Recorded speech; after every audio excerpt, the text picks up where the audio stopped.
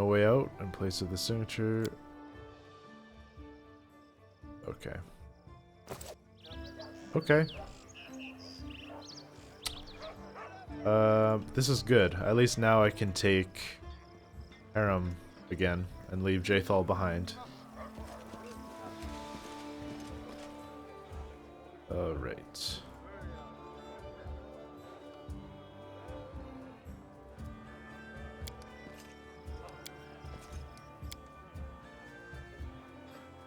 Ba ba ba ba ba ba.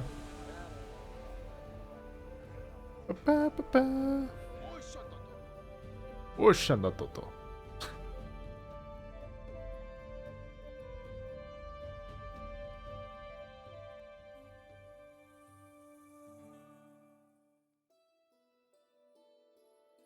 Alrighty then.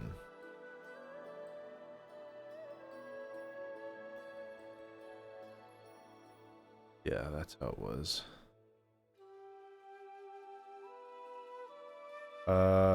We're going to quick save.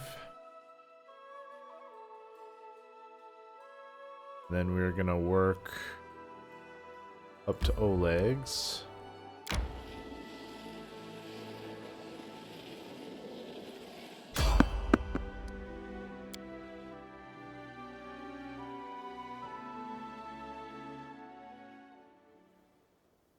My strength fades. Onwards! Lizard.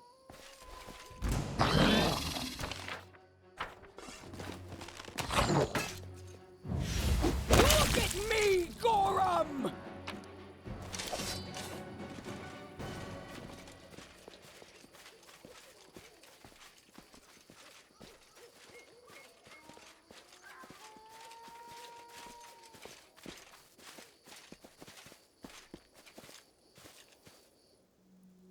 Perfect. Easy peasy lemon squeezy. I don't know why those that monitor lizard thought that it could survive that.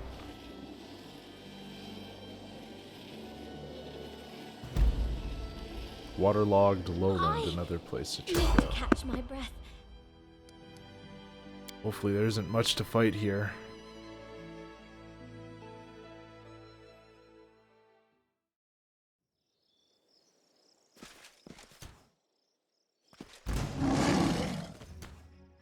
Let us strike as one!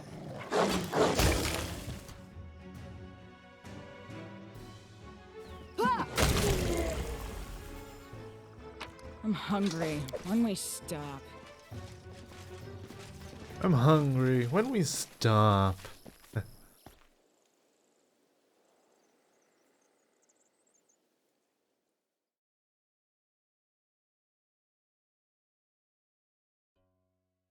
May we have a moment of respite? Cancel. We're going to save. My strength fades. Then we are going to...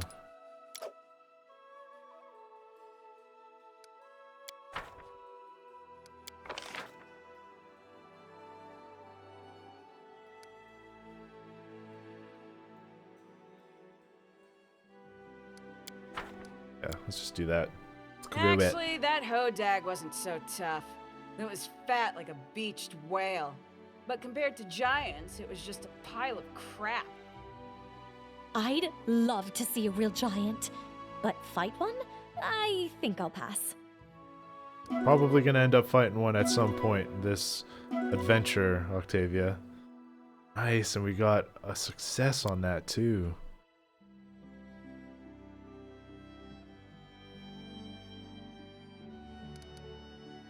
We're gonna do another hard save. Alright, here we go. You ready, Valerie? Are you ready, Valerie?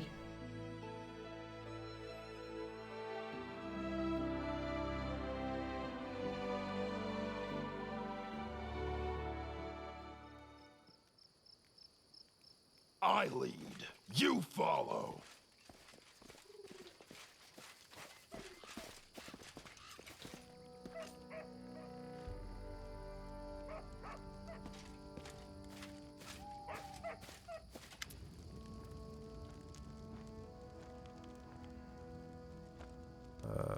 Show me what you have.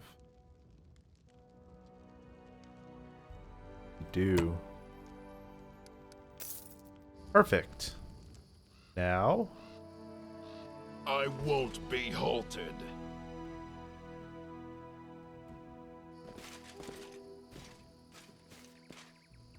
Now we can go back down to the Old Beldame and do that quest. Or both of them.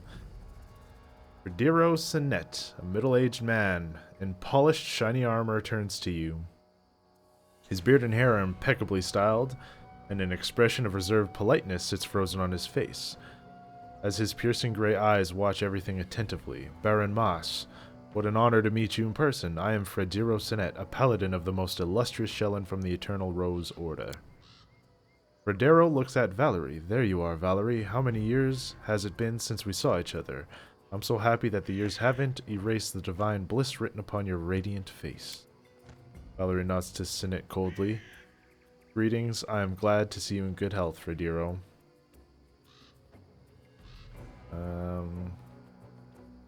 Tell me, Frediro, why are you here? The paladin looks right at you. As I mentioned in my letter, my goal is to return Valerie to Shellan's grace. Several years ago, a terrible mistake was made. She, whose fate was determined before she was born, decided to resist her calling. I would appeal to Valerie's mind and remind her of her duty. You speak as though I am incapable of understanding where my duties lie. You have given me much cause for doubt. You are from the Eternal Rose Order, right? Exactly. I once guarded works that showed Shellan's blessing, works of art, beauty, and love, but that's a path for young and energetic paladins and priests. Now I've become a mentor in the Order. Many servants of Shellan who now guard her creations were brought up by me, and I'm sure Valerie would have surpassed them all had she not left our ranks.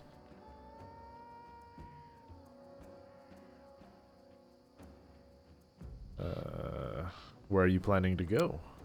When Valerie joins my entourage, we will travel west, to the borders of Pitax. There, a new temple to my divine patron is being built, an architectural wonder worthy of harboring the very spirit of the Eternal Rose. The temple devoted to the goddess of beauty? I wish I could see such grandeur. One of the newer orders of Shellan will occupy the temple, the Order of Prisms. Their zeal in serving the goddess will be good for Valerie. She has much to unlearn if she expects to return to Shellan's favor and the respect of her brothers in faith. You can barely hear Valerie's voice. I'm so tired of orders from those I despise. I think you should talk to Valerie alone. Don't go, Your Grace. My intentions are known to all. Valerie, I have come to return you to our faith. Now you imagine that not only do I want to serve Shellan, but now I have faith in her too? Frediro shakes his head. I don't recognize you, Valerie. What is this tone you address me with? I remember that politeness and respect you showed your elders. We held you up as an example to other novices. Valerie raises her chin ever so slightly. I'm only repaying your courtesy and kind, Frediro. If you so easily ascribe to me thoughts and aspirations that I do not possess, then I can be as liberal a judge of your behavior.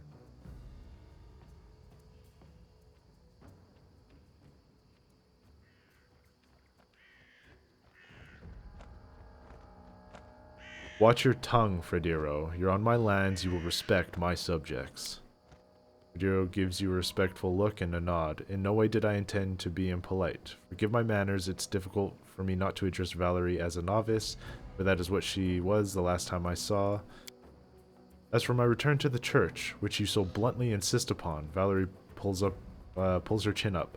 Please, Frediro, spare me your wordy speeches. The day I walked out of the convent gates, I made a decision I'm not going to change. I'm never returning to the Eternal Rose Order. I'm never going back to serving Shellan. Whatever nonsense you started with your letter, it's put an end to it once and for all. Frediro studies Valerie's face for a long time. His eyes turn steel gray. I don't believe it my ears. I expected to see repentance, Valerie. Repentance for your foolish choices. Repentance for the pain you've caused your family and all those who relied on you. But instead, I see a proud renegade who dares to resist the will of the goddess and who would defy me. The one who labored to bring you up and teach you.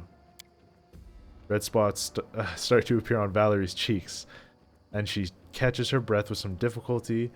I'm not in the least bit surprised by your words, Frediro. You have always been deaf to anything that goes on against your beliefs. I'm not Shellin's chosen. I'm not a god's toy, created to entertain the whimsical goddess. I'm not... Quiet. Quiet before you bring her wrath upon you.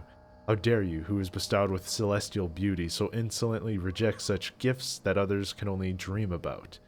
Your fate is already decided, laid out as a fine carpet before you. Enough. I didn't come here to listen to a spoiled child speaking out of turn, but to only bring you home, and I will take you by the ear and drag you all the way to the Order's convent, if that's what it takes. One more word, Sinet, and your head will be decorating the nearest fence. Valerie slices the air with her hand. Stay out of it, Mus. Frediro might be crossing the boundaries of politeness, but no more than that. Stay your hand and allow me to finish. I only meant to support you. Valerie interrupts you, she's almost screaming. What you call home, Frediro, was my prison. My home is here in these lands, for which the Baron and I have fought to and shed our blood. Here beside the one I vowed to serve, and whom I shan't leave until I die, here in the stolen lands, where for the first time I can decide for myself where I belong and what I believe. Valerie's voice grows soft, almost like a hissing snake. Take your people, Frediro, and go back to the Eternal Rose Abbey. If you have the nerve to claim I'm Shellin's chosen, you'll know what your precious goddess should have chosen her trinkets more carefully. Frediro grows white as a sheet. How dare you? She told me to keep quiet. Stay out of it. I'm gonna keep quiet. Frediro looks at Valerie in the eye, the paladin's hand on his weapon. If you insist on standing equal to Shellin's insist on standing equal to Shellin's paladin, answer for your words now. If you have a drop of dignity left, you won't deny me satisfaction. Valerie looks at the enraged paladin fearlessly. Oh, so now I'm suddenly an independent person in your eyes. Finally! Well then, I shall agree to this duel with indescribable pleasure. Mas, you shall be my second. Oh my god. Okay.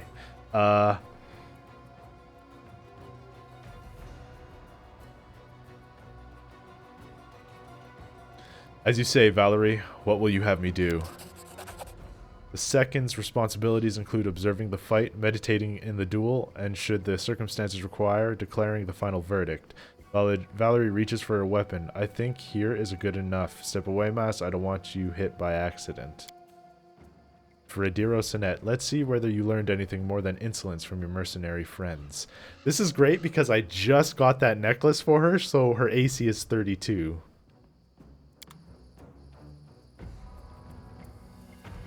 One of my squires will be my second. Would everyone please clear the dueling ground and do not interfere until a winner has been determined? Oh god. Oh god. Maybe I should have pre-buffed her a little bit. What are you doing here? Don't worry, good master. We'll settle our argument quickly and do no harm to your trading post.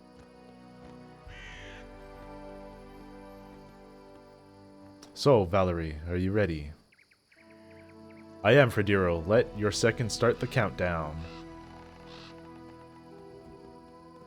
Participants, please ready your weapons and assume your positions. 3, 2, victory! Attack. Oh boy.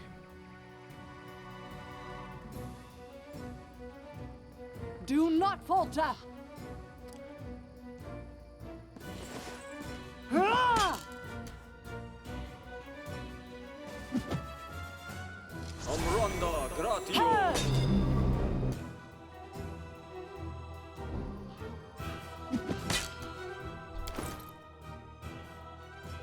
She can't use...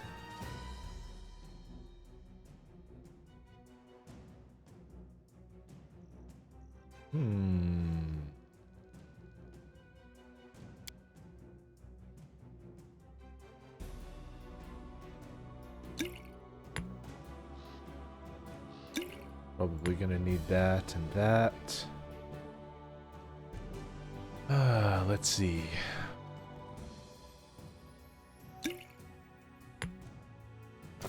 Maybe these will work the way I want it to.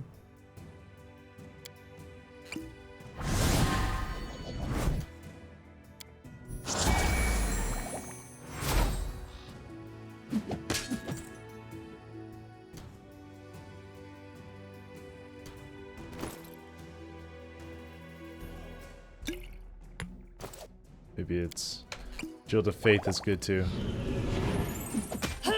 No! He's been attacked. Hit him! Hit him!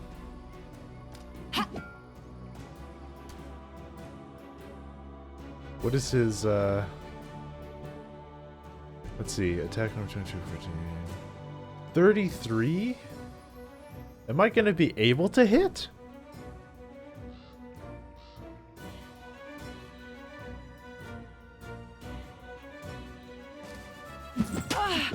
Uh-oh, this is bad. I don't even know if I can hit. Ah! I can't keep this up much longer. Oh no. Stay behind me. Dude, I don't think I can even hit this guy.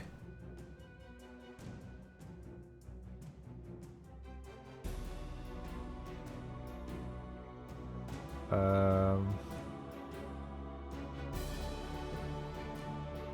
32 armor class.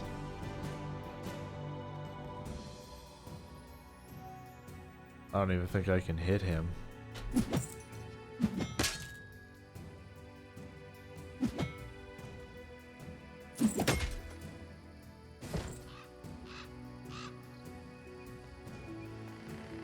What does this mean? Radiro steps back and sheathes his weapon. Looks like everything's in place, doesn't it? You could be, however, insolent to whomever you wanted as long as you're considered a girl, Valerie. But now you'll have to answer for all the stupid things you said in pride or heated moments. Only on a 20, yeah. I'm satisfied with the outcome of this duel. I see no reasons to linger here, upsetting the owners of this trading post and the Baron. With great sadness, I will continue my way without Valerie, who from now on has no right to return to the Order of the Eternal Rose due to her transgressions. Okay, so this is fine. I will bother you no longer. My regards, Your Grace. Valerie, Fredera stops short. Farewell.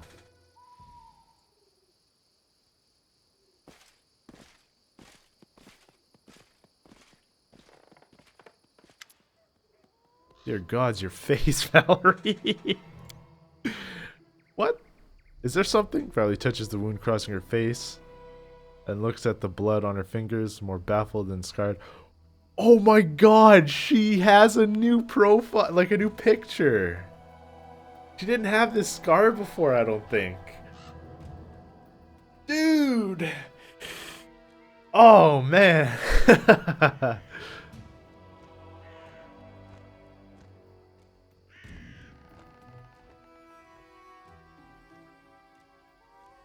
Fredero did it, that scoundrel. Valerie shakes her head. Strange, I do not remember receiving this blow, not at all. You don't remember receiving it? It is nothing, I do not even feel my pain. Any pain, I mean. Only fatigue. Save your pity for someone who's truly wounded, and I just need to rest and wash myself clean after all these conversations about Shillen. Oh.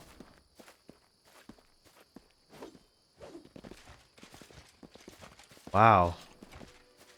That is my way. That's cool. The duel is over and Valerie, oh, Valerie, her face. I hope once we're back at the capital, she will find a way to heal that terrible gash. So I guess we need to go to the capital in order to finish that, which is fine. It is on the way to the old Beldame, which is where we are going.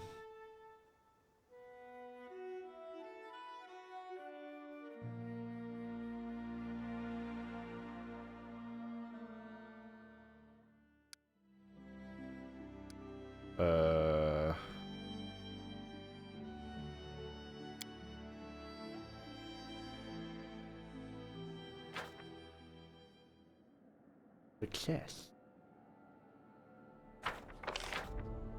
Success. Success. Rumor has that an unknown self-taught master crafting items of extraordinary beauty and rare quality has appeared in the region. Such people are rare. Something should be done to entice her to stay.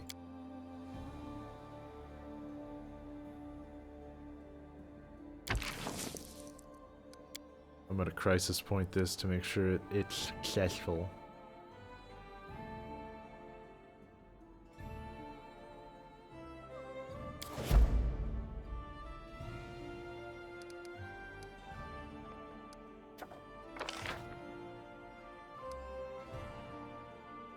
A heavily guarded caravan will now be carrying goods between a capital and Varnhold. Okay.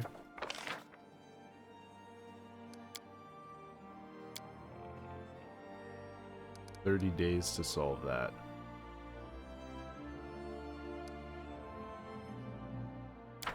Okay, we're gonna have to hit that at some point. Whoops.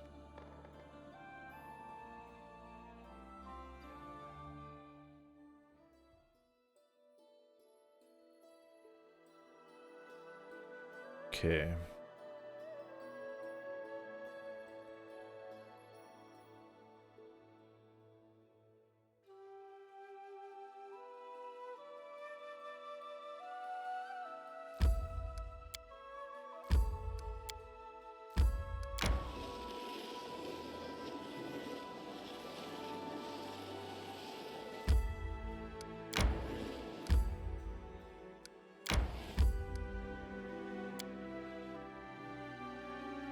Kinda want to see what's here. We walked across the heath for a long time, yet no sight sprang up before our eyes. By turns we discovered a verdant lowland with several near-about springs streaming down behind another hillside, and then in the distance, in the center of the lowland among the bush, there stood a single dry tree, a true giant. Magnificent outline resembled an animal's paw, clawing at the sky, but what was truly remarkable, the flat landscape dotted by mysterious dark humps. They were piled about the height of a man and scattered around in abundance. We determined that we should explore the lowland. The further we trekked, the softer the land became. Step by step, heath grass gave way to moss, flowing ground shrubs and ferns. The sludgy puddles of stinky swamp water, the muddy ground sucked at our feet, and soon our party was jumping from hassock to hassock. Finally, we reached the first step of mysterious humps and learned they were no mere hills, the dugout dwellings. We moved with great care towards the center of the lowland, and there the real swamp began. On the way toward a mysterious giant tree, we saw a foggy outline of another hut, this one much bigger and surrounded by small clay statues. We examined. Inside the dugouts were frowsy and dark, darker than holes, and filled with absolute desolation. There were no windows in these mud walls. It's a hobbit hole. No furniture or other homely items except for an odd piece of tattered wicker. Maybe not. Every dwelling had a large hollow dug right in the center of the dirt floor, like a fire pit, but taking up the greater part of the space. They were filled with standing water and reeked beyond description. We moved with great care towards the center of the lowland, and the real swamp began. On the way toward the mysterious giant tree, we saw a foggy outline of another hut, this one much bigger and surrounded by small clay statues. We moved forward. We walked slowly, carefully, choosing our way, keeping the drier ground as much as possible, but the further we went, the more difficult it became, and soon we were wading waist deep through the catales. I've never heard of that word before, that's weird. Frogs croaked loudly as we peered anxiously into the cloudy water, struggling to make out what shadows flitted along the bottom. Suddenly Tristian staggered, spit out an oath, and flailed his arms. He made a wrong step, and unable to pull out his foot, he called loudly and began to sink into the vile green slush. Oh. He needs to roll a 12.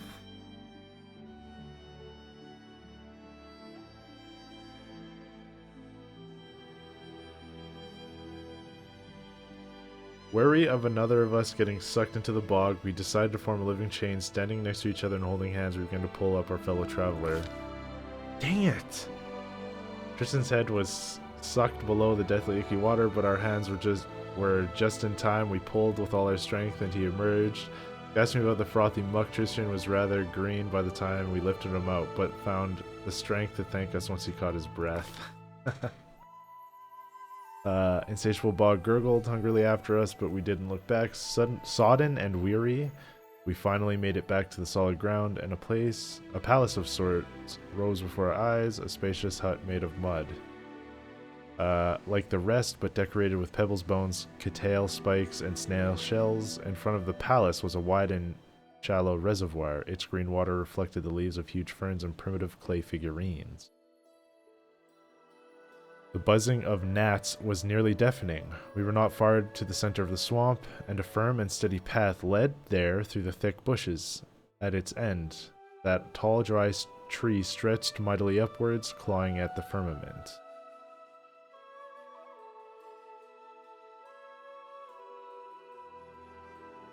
We carefully examined the clay figurines, trying to fathom who they might portray. Nice. Goggle eyes, flat heads with no necks, ears or chins, ugly long legs, and naturally bent. These sculptures could only be the work of boggards, primitive, cruel boggard tribes that had inhabited the swamps of Garund and Avestan since the olden days. Pitiless to others and to each other, they were led by darker instincts of their insane priest kings. They are known to grow young fry in the pools inside the houses. The buzzing of gnats was nearly deafening. We were not far to enter to the center of the swamp, and a firm and steady path led there through the thick bushes. At its end, that tall dry tree stretched mightily upwards, clawing at a firmament. We peeked inside the hut. The palace was twice the height in other huts, and its entrance was wide enough that 3 could walk abreast. The walls were decorated. An unknown builder had scratched drawings into the clay while it was still wet. The faded scrawl depicted huge amphibians devouring smaller figures. Some frog-headed, others not. 3 of the 4 rooms boasted large holes filled with water, just like the other dwellings, though here there were steps descending into them, cut into the dirt. In the furthest room we found equipment decorating the walls, leather armor, spears, clubs. To our surprise, a number of items were well preserved. The hut was clearly deserted, so we felt no shame in taking some of it with us. Cool! The buzzing of gnats nearly deafening. We were not... Okay, so... Already read that. We move forward, seeing we drawn so near to our goal. It was ever so lovely to walk once again along the well-trodden path. Our soaked clothes, imagined being dry, and our mood at once lifted. The bushes that bordered the path seemed to wave us amiably. With their juicy green leaves and shiny, bright red berries, a fresh wind puffed away the rotten smell, and it finally felt like the swamp might be nearly behind us. But then the wind stopped blowing, and the thorny branches continued to move, and we heard a loud shout. Valerie, who was watching our rear, pointed to a surging, crawling wall of green, filling in the path behind us. The surrounding thicket was coming to life. Uh-oh.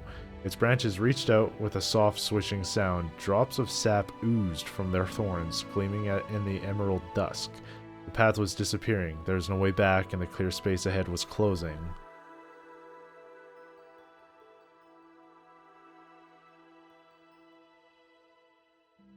How is her strength only +4? I feel like it should be like +9.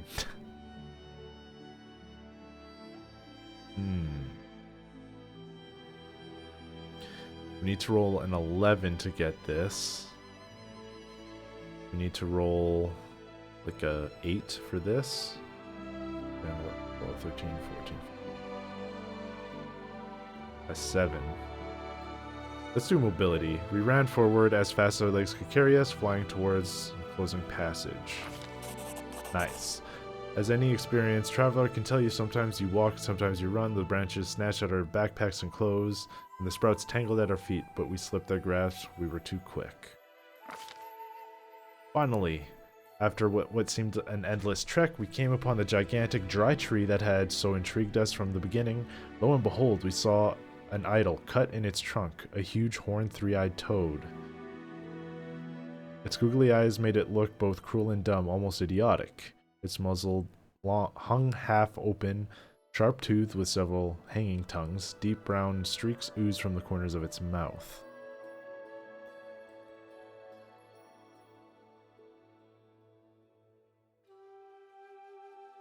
We tried to glean what sort of idol it might be. What? We failed?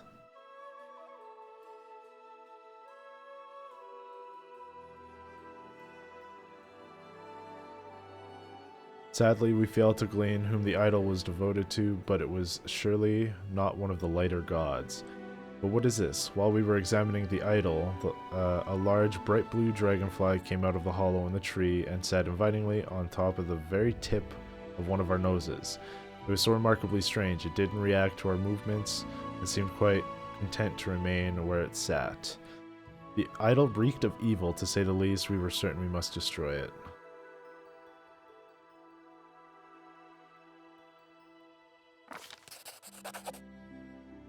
Clearly we could not leave such obscenity unscathed. We drew our swords and slashed at the wooden face, and from it oozed black, sticky blood. We heard a great clap of thunder, and a thick fog arose out of nowhere. The birds screamed furiously, more thunder soon followed, and with each strike the sky grew darker and darker. Soon we couldn't see the sun through the fog. The air shuddered again. But was it still thunder, or the creaky voice of monstrous toad? Still, our iron blades dug deep into the blood-soaked wood, and at least the idol is smashed into splinters. The fog cleared away, and silence descended. Suddenly we realized that every frog in the swamp had gone quiet. We turned almost with a sigh of relief, and saw that the flesh-eating bush had withered away. Satisfied with the job well done, we returned to where we'd come from. Okay.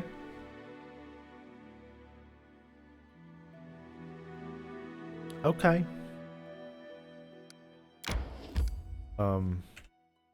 I think I ran into something like that before, and it wasn't boggards, it was lizard folk, I think, and I left their stuff. But boggards I've only fought. I haven't done anything else.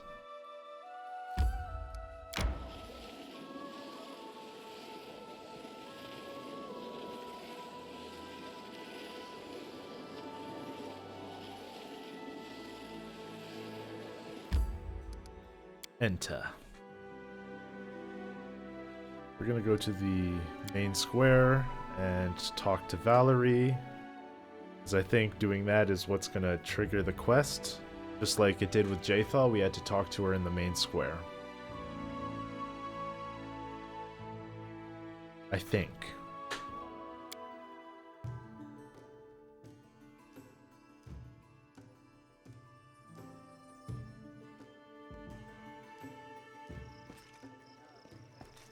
Your grace.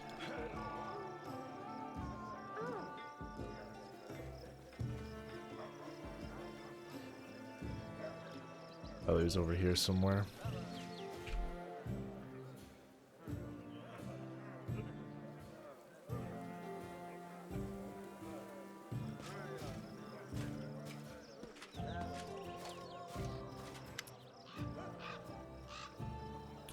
How do you feel? I see your wound hasn't healed yet.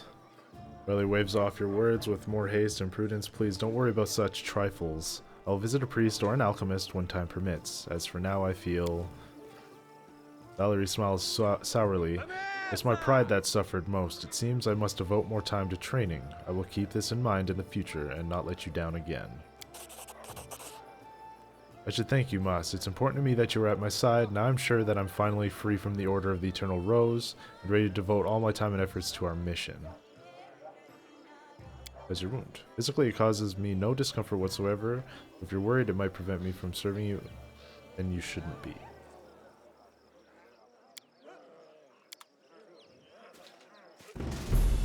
Nice. Job's done. Job's done. I love that, dude. So good. So good.